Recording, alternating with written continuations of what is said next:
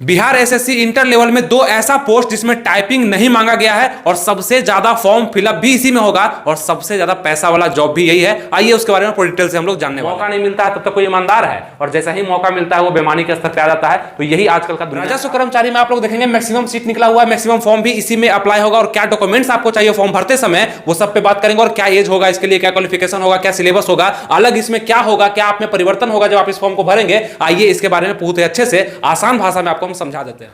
नमस्कार दोस्तों, आनंद study online channel में आप लोग का फिर से एक बार स्वागत है। तो बिहार में एक बहुत बड़ी भर्ती जो कि बिहार एसएससी इंटर स्तरीय 10+2 की वैकेंसी है जिसमें 22 अलग अलग प्रकार के पोस्ट निकाल दिए गए हैं। उसमें से 2 पोस्ट आप लोग के लिए ऐसा है जिसमें टाइपिंग नहीं मांगा गया है। ये वीडियो हम इसलिए बनाए क्योंकि बहुत सारा ऐसा कमेंट हमारे वीडियो पे आ रहा था कि कौन कौन सा पोस्ट बिना टाइपिंग का है, क्योंकि मेरे पास टाइपिंग स्किल नहीं है, ना हिंदी में टाइपिंग है ना इंग्लिश में है, तो कौन सा पोस्ट हम भर सकते हैं, हम सिर्फ इंटर पास है तो कौन सा पोस्ट मेरे लिए है। तो आप लोग के लिए सबसे बेहतरीन पोस्ट है जो सबका ख्वाहिश होता है, यानी कि राजस्व कर्मचारी का जो सबसे बेहतरीन पोस्ट जो कि राजस्व एवं भूमि सुधार विभाग के द्वारा निकाला जाता है। ये पोस्ट पे आप लोग आराम से अप्लाई कर सकते हैं। आप चाहे लड़की है चाहे लड़के हैं, आप आराम से इस पोस्ट पे अप्लाई कर सकते हैं। उसके लिए क्या क्या डॉक्यूमेंट्स लगेगा वो यहाँ पे स्क्रीनशॉट पे देख लीजिए। ये सबके पास होगा, ये नॉर्मल डॉक्यूमेंट्स है जो कि फॉर्म भरते हुए आपको जरूर काम में आएगा। वो आधार कार्ड हो, चाहे आपका 10th का सर्टिफिकेट हो, मार्कशीट हो, 12th का हो, वो सब चीज आप जरूर रखिएगा। फोटो हो गया आपका, जो भी चीज सिग्नेचर वगैरह वो सब चीज रखिएगा। बस आप आराम से इस फॉर्म को डाल सकते हैं। कौन सा? तो राजस्व कर्मचारी का भी डाल सकते हैं और फाइल एरिया निरीक्षक का भी आप डाल सकते हैं, क्योंकि दोनों में थोड़ा सा अंतर है, उसके बारे में हम बात करते हैं। तो ये वीडियो इसलिए लाया क्योंकि आप लोगों में बहुत ज्यादा कंफ्यूजन था कि हमें कौन सा पोस्ट मेरे लिए है और कौन सा नहीं है। तो अभी जो हम बात करेंगे वो नॉन टाइपिंग पोस्ट, यानी कि जिसमें टाइपिंग नहीं है, उसके बारे में बात करेंगे कि उसका सैलरी कितना होगा, एज कितना होगा, फॉर्म फी कितना उसमें लगने वाला है, सिलेबस उसके लिए क्या होगा और क्या मेंस का पेपर होगा, वो सब पे भी हम बात करने वाले हैं। आइए इसको शुरू करते हैं। तो बहुत ही बेहतरीन पोस्ट बिहार में निकाला जा रहा है और अदर स्टेट वाले थोड़ा सा दुख है, बिहार में इतना जो पोस्ट निकाला जा रहा है ना, तो अदर स्टेट के जो भी स्टूडेंट है वो बिहार को देख करके थोड़ा सा अपने स्टेट पे बुराई कर रहे हैं अपने स्टेट के लिए कि बिहार में इतना फॉर्म निकल रहा है, इतना ज्यादा वैकेंसी निकल रहा है और यूपी में इतना वैकेंसी नहीं है, झारखंड में नहीं है, छत्तीसगढ़ में नहीं है, उड़ीसा में नहीं है, वैकेंसी क्यों नहीं निकल रहा है, बिहार इतना वैकेंसी क्यों दे रहा है। तो ये सब के बारे में आप ज्यादा जानते होंगे, नीचे कमेंट करके हमें बताइएगा क्यों ऐसा हो रहा है, बिहार में इतना वैकेंसी क्यों आ रहा है। और लगे हाथ आप लोग का दरोगा भी आने वाला है, बिहार दरोगा, उसमें भी आप लोग को जरूर भागीदारी निभाना है, यानी कि जो भी ग्रेजुएशन पास कर लिए हैं उसमें भरना है फॉर्म को। ठीक है, आइए बात करते हैं Bihar SSC inter level new vacancy 2023 पर कि राजस्व कर्मचारी जो कि नॉन टाइपिंग पोस्ट है और फाइल एरिया निरीक्षक जो कि ये भी नॉन टाइपिंग पोस्ट है, ये दोनों को आप लोग को डालना है। लेकिन कैसे, आइए देखते हैं। तो राजस्व कर्मचारी जो कि राजस्व एवं भूमि सुधार विभाग के द्वारा निकाला जाएगा। टोटल पोस्ट इसमें 3559 है, यानी कि इतना पोस्ट किसके लिए है, तो लड़का के लिए भी है, लड़की के लिए भी, और अदर स्टेट वाले भी इसी में फाइट कर सकते हैं, जेंडर के रूप में उसको काउंट किया जाएगा। ठीक है, तो देखिए होगा क्या ना कि 22 तरह का अलग अलग पोस्ट निकला हुआ है। ये 22 में बहुत सारे लोग अप्लाई करेंगे, चॉइस अलग अलग सबका होगा। अब जो सोचिए कि टाइपिंग सीख लिए होंगे तो वो टाइपिंग वाला जो सबसे बेहतरीन पोस्ट होगा, हिंदी टाइपिंग है तो हिंदी वाला देंगे, इंग्लिश है तो इंग्लिश वाला देंगे, कंप्यूटर ज्ञान है तो कंप्यूटर ज्ञान वाला पोस्ट को चुनेंगे, सबसे फर्स्ट प्रेफरेंस में देंगे। लेकिन जिसके पास टाइपिंग नहीं है, स्किल नहीं है, ना हिंदी है ना इंग्लिश है, तो वो भी तो कुछ करेगा, वही तो कुछ भरेगा। तो वो भरेगा राजस्व कर्मचारी।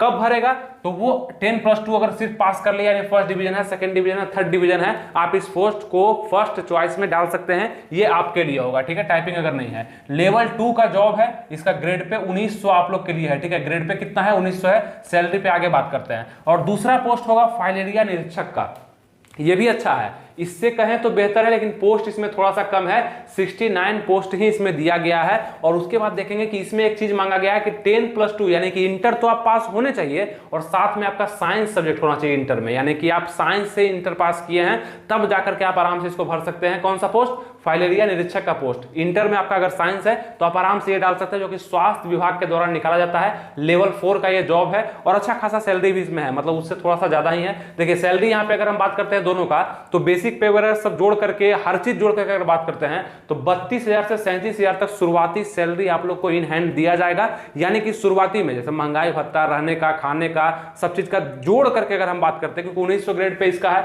तो सब जोड़ करके बात करेंगे तो 32 से 37,000 रुपया। और अगर फाइल एरिया निरीक्षक करते हैं 2-3 हजार रुपया एक्स्ट्रा मिलेगा, आपको बढ़ जाता है। लेकिन ये पैसा तो वो छूता भी नहीं है, इसीलिए तो आपको बोलते हैं हम कि पैसा कमाते कमाते आप थक जाएंगे। ये जॉब पैसा देते देते आपको थकेगा नहीं। इसका मतलब ये है कि ये पैसा सैलरी का छूता ही नहीं है, ये पब्लिक का पैसा ज्यादा अपने पास रखता है। आप अलग बात है कि आप ईमानदार होंगे, बहुत अच्छे ऑफिसर होंगे, बहुत अच्छे से काम करेंगे, क्लर्क होंगे, आप बहुत बढ़िया से काम करेंगे, ऑफिशियल वर्क करेंगे, वो अलग चीज है। लेकिन जो चाहेगा कि मुझे पैसा कमाना है तो वो इस पोस्ट का फायदा बहुत ही बेहतरीन ढंग से उठा सकता है। गलत तो है, लेकिन गलत आजकल सही तरीके से जो कर रहा है उसके लिए वो सही ही हो जा रहा है। बस पोस्ट उसको बढ़िया पकड़ाना चाहिए। बहुत ईमानदार व्यक्ति को देखे हैं, बस उसको मौका नहीं मिलता है तब तक कोई ईमानदार है, और जैसा ही मौका मिलता है वो बेईमानी के स्तर पे आ जाता है। तो यही आजकल का दुनिया है, आपको भी पता होगा। तो बस मौका मिलना चाहिए, मौका देता है राजस्व कर्मचारी का जॉब। ठीक है, ये चीज भी आप समझ गए होंगे। शॉर्टकट में आपको समझाना चाहे आप जरूर समझ गए होंगे। तो सैलरी यहाँ पे आपको इतना मिलेगा। डॉक्यूमेंट्स आपको बता दिए कौन कौन सा डॉक्यूमेंट्स लगेगा, फिर से एक बार आप देख लीजिए स्क्रीनशॉट में। ये सब डॉक्यूमेंट्स तैयार रखिएगा ताकि आप जब वैकेंसी को डालें तो ये सब चीज आपके पास रहे, तो आप आराम से उसको भर सकते हैं। और निजी जानकारी यानी कि आपका 10th के सर्टिफिकेट में मदर का नाम क्या है, फादर का नाम क्या है, डेट ऑफ बर्थ आपका क्या है, आधार नंबर क्या है, आपका सिग्नेचर क्या है, आपका फोटो क्या है, सब चीज ओरिजिनल वहां पे डालिएगा। गलती मत करिएगा। फॉर्म भरने से फॉर्म भरना बहुत बड़ा बात नहीं है, सही भरना बहुत बड़ा बात है।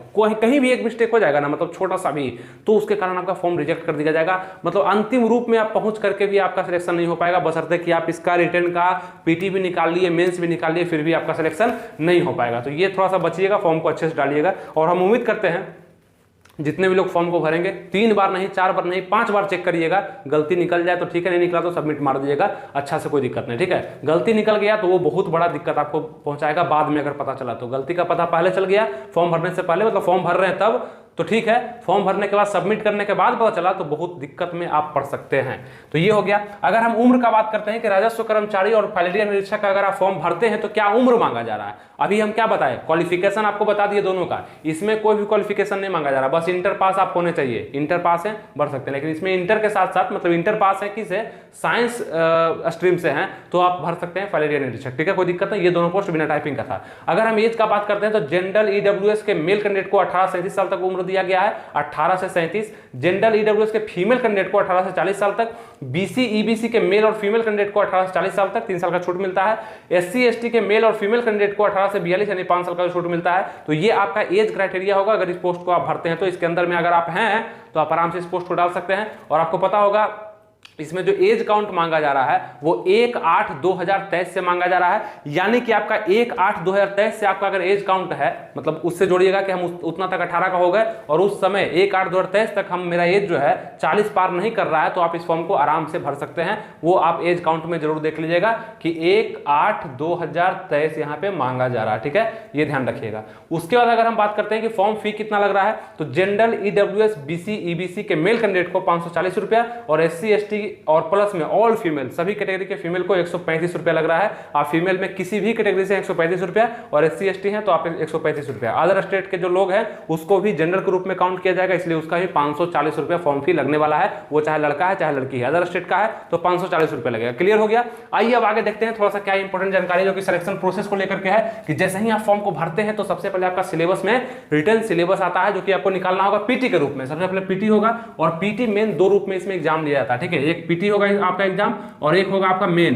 तो सबसे पहले आपको पीटी निकालना जरूरी है। पीटी में क्या सिलेबस रहेगा, तो जीके का सिलेबस रहेगा। ये फाइलेरिया निरीक्षक और आपका राजस्व कर्मचारी के लिए हम बता रहे हैं। जो आपका सिलेबस होगा वो जीके में 50 क्वेश्चन, जीएस में 25 क्वेश्चन, मैथ में 25 क्वेश्चन, रीजनिंग में 50 क्वेश्चन, सब मिलाकर के 150 क्वेश्चन पूछा जाएगा। ध्यान दीजिएगा, 50 क्वेश्चन जीके से और उसी का भाई मतलब जीके का भाई कौन है, जीएस है, उसी का भाई 25 क्वेश्चन उससे मैथ, इसका भाई कौन है, रीजनिंग, इससे 50, मतलब दोनों से 75% कर देता है। ठीक है, ये दोनों को मिलेगा 75% और ये दोनों को मिलेगा 75%। क्वेश्चन पूछेगा बांट करके। तो जीके जीएस को एक साथ पढ़िए, मैथ रीजनिंग को एक साथ पढ़िए और रिजल्ट आराम से आप दे सकते हैं। नंबर 600 होगा, मतलब 600 नंबर का एग्जाम होगा। प्रत्येक क्वेश्चन 4 नंबर का होगा, तो इसलिए 150 क्वेश्चन 600 नंबर का। टाइम 2 घंटा 15 मिनट का आपको मिलने वाला। नेगेटिव मार्किंग 1/4 रहेगा और ऑफलाइन आपका एग्जाम होगा ओएमआर सीट पर।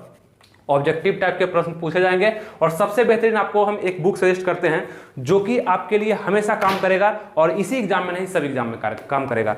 प्रीवियस ईयर का बुक, यानी कि जो आपका ये आयोग है ना, कौन सा आयोग, बीएसएससी आयोग, जो इस एग्जाम को कंडक्ट करवाएगा आपका बीएसएससी इंटर लेवल का।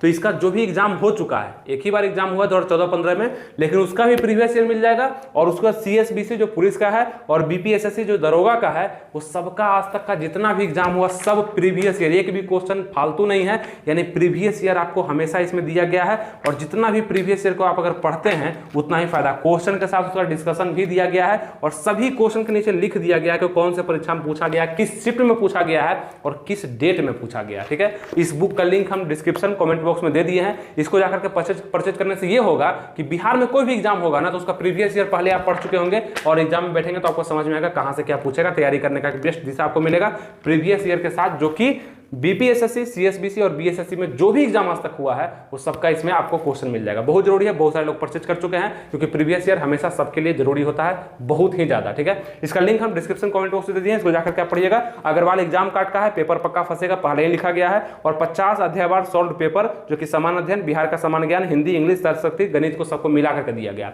ये सब आपको मिल जाएगा। ठीक है, जितना भी सिलेबस है इसको एक बार आप जरूर चेकआउट करिएगा लिंक पर जाकर के।